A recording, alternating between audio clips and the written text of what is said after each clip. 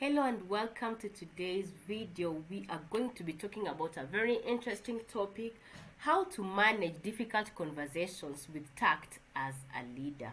So welcome wherever you may be watching me from, and if it's your first time, my name is Triza Kuka. I'm the founder of Pinnacle Executive Coaching. My mission is to influence both personal and corporate cultures, and my space is for leaders, supervisors, business professionals, consultants who want to transform their circles of influence, business, and life in as short as 90 days or less by scaling up their leadership through executive coaching. I have a program that I call the Dare to Lead Circle.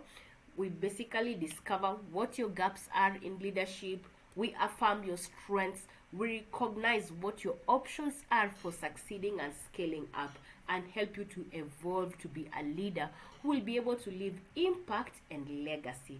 So join me if you wish to be able to walk this journey with me.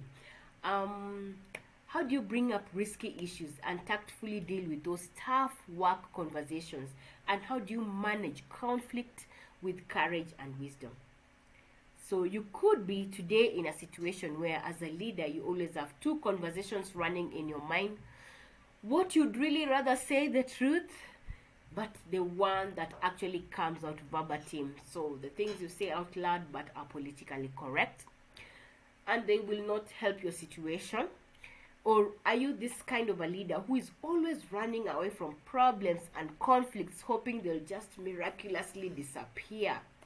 Or if you don't do anything to them or you sweep them under the carpet, one day you'll wake up and voila, there will be no issues or conflicts.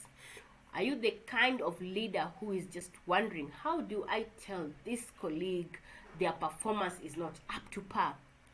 Or are you this leader who just will avoid that difficult conversation up to the last minute? Then you wake up one day and you declare you are fired. What will have happened to you, the time that you will have wasted, the resources that will have been invested all that time, or the corrections that could have been made? Are you the kind of leader who is always struggling with emotions? You're too empathetic, you want to please people, you don't want to rock the boat, and you'd rather step in and do the work, even if it means overworking yourself rather than guiding or correcting your team to be able to do the correct thing they need to do.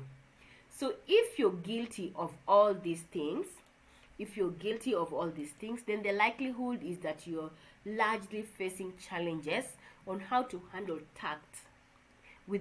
difficult conversations, because you're failing to master the courage you need to step up as a leader. So if as a leader you need to acknowledge and know that conflict is inevitable, so to speak, really. It's simply everywhere. We'll always have differences of opinion. Sometimes we just have outright misunderstandings. We simply cannot avoid it. But you need to be that leader who can be able to walk in integrity. Walking in integrity as a leader means you maintain congruence between what you say and what you do, and this involves courage. Even in cultures where saving face is not a very big deal, it's usually a huge issue to challenge someone's behavior or their personality. And that's why we say you really require courage to have that conversation. It can be very easy to adopt a wait and see attitude when you're approaching a situation, because naturally we are wired to want to avoid conflicts and disagreements. Having a difficult conversation is very painful for the employee and just as awkward for the leader, because sometimes inevitably you can actually have a fallout. So that's why we need to learn how to build courage and how to be able to manage this. But today I'm going to give you 3 things that you can be able to use to consider to be able to just learn how to manage difficult conversation, and that is thinking about the timing, the place, and the manner in which you can do the conversation. So when we're looking at time, basically we are saying don't delay. Having the conversation at the first opportunity it presents itself, even if it means, let's look at what we need to do to adjust to create time for this issue, the better. The earlier you have the conversation, the better it is to prevent greater damage. Whatever the issue is, if you don't start the conversation early enough, it can actually become toxic very quickly. It can build up to dangerous level.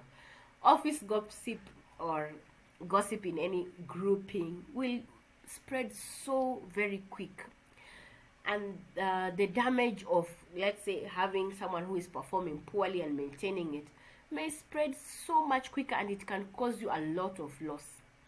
Resentment, frustrations, anger, disengagement, those are things that come up when things are not addressed on time. So it's like the longer you stay without addressing something, the more fuel you're putting to a fire, and then boom, one day the situation is out of control.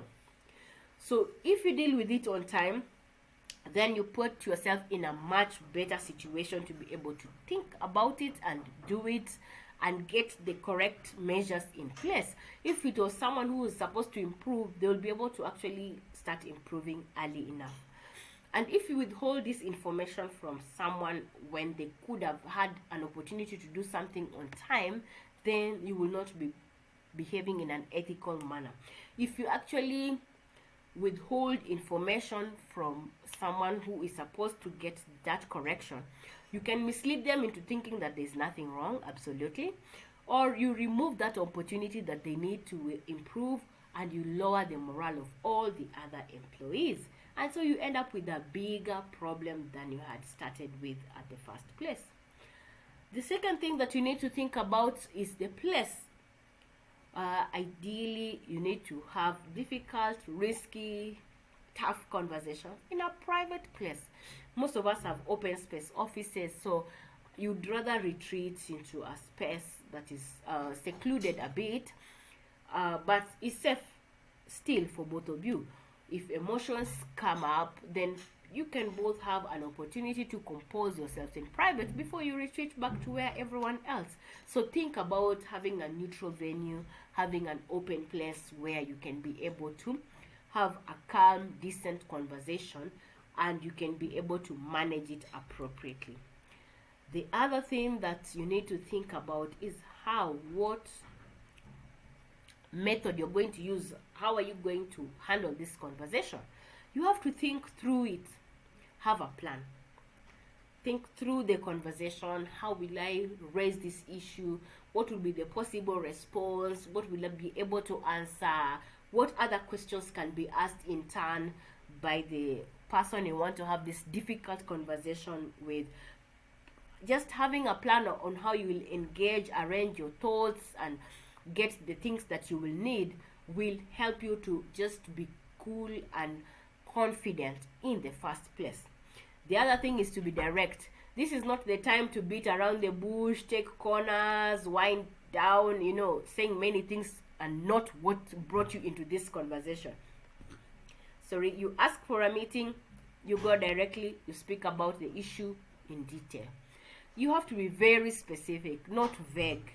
So you have to be, if it's something that you have quantities, you can quote, you have emails you can refer to, you have documents that you can bring into the meeting, bring them up so that it's not something that looks like it is cooked up. It's not something that is just thought to just have sprung up, but it's something that someone can see. It's not biased, it's very specific, it's very detailed, it's really objective. Then you have to mind your language. Despite how tough the conversation is, despite if tempers can flare, you have to keep cool, calm, and collected, and use professional language at all times. Then you have to listen. Sometimes it could just have been a simple misunderstanding. Someone might not have been aware of what they needed to do, or what they could find the information they needed to do to perform something. So if you just open and go there objectively, really ready to listen, and then be able to get back the feedback that you need, you can be able to resolve the issue much faster. Because at the end of the day, the organization benefits when we are able to get everything that we can do to manage the situation before a fallout. The other thing is that now I have a program which I call the Dare to Lead Circle. Within this program, I'm able to help you now to go even into greater depth. How do you actually master fully this art of effective team dynamics and handling courageous conversations? So we go into greater details about the steps I have outlined above, in addition to much more. So you can know how to have difficult conversations that can bring out the details that will help you to better understand, so you can be able to better motivate and support your team members, and ensure you and your leaders are trained to have those difficult conversations, so that you can be able to also meet the necessary compliance standards that will be required to demonstrate you pursued everything. Because remember, a conflict can actually scale to any level.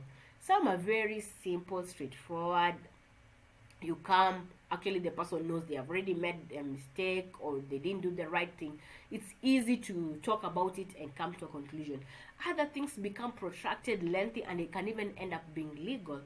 So if it becomes a legal issue, would you have the necessary documentation to show that you undertook everything, you have complied with all procedures, protocols, so that you have covered yourself and you did actually the right thing in all fairness?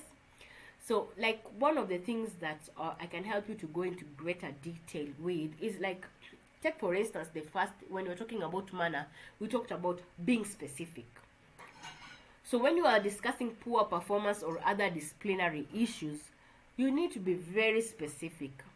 You have to describe the situation. So I help you to know how you can be able to describe the situation or issue with concrete examples, how you can be able to explain the negative impact and the outcomes, and also be able to detail the next steps or the required improvements that are needed and the consequences if it comes to that. So let's say a client has made an issue, a colleague has made an issue and a client has complained. So they said that they needed a quote, and they asked for a quote of 1,000 liters, and your colleague made a proposal for 10,000 liters.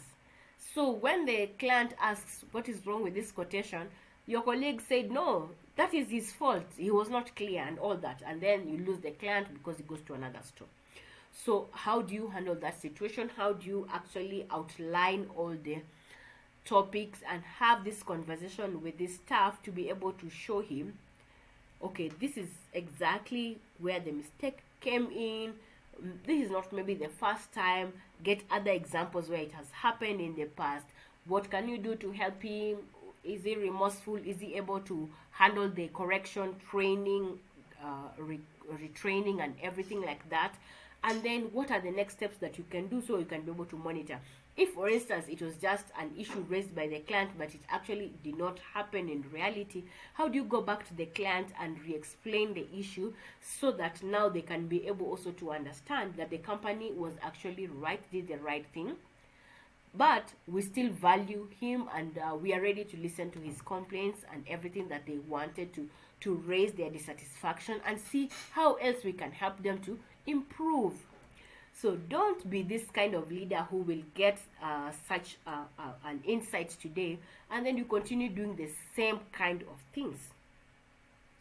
You fear to make the right conversations, or you think a training will just miraculously solve these issues.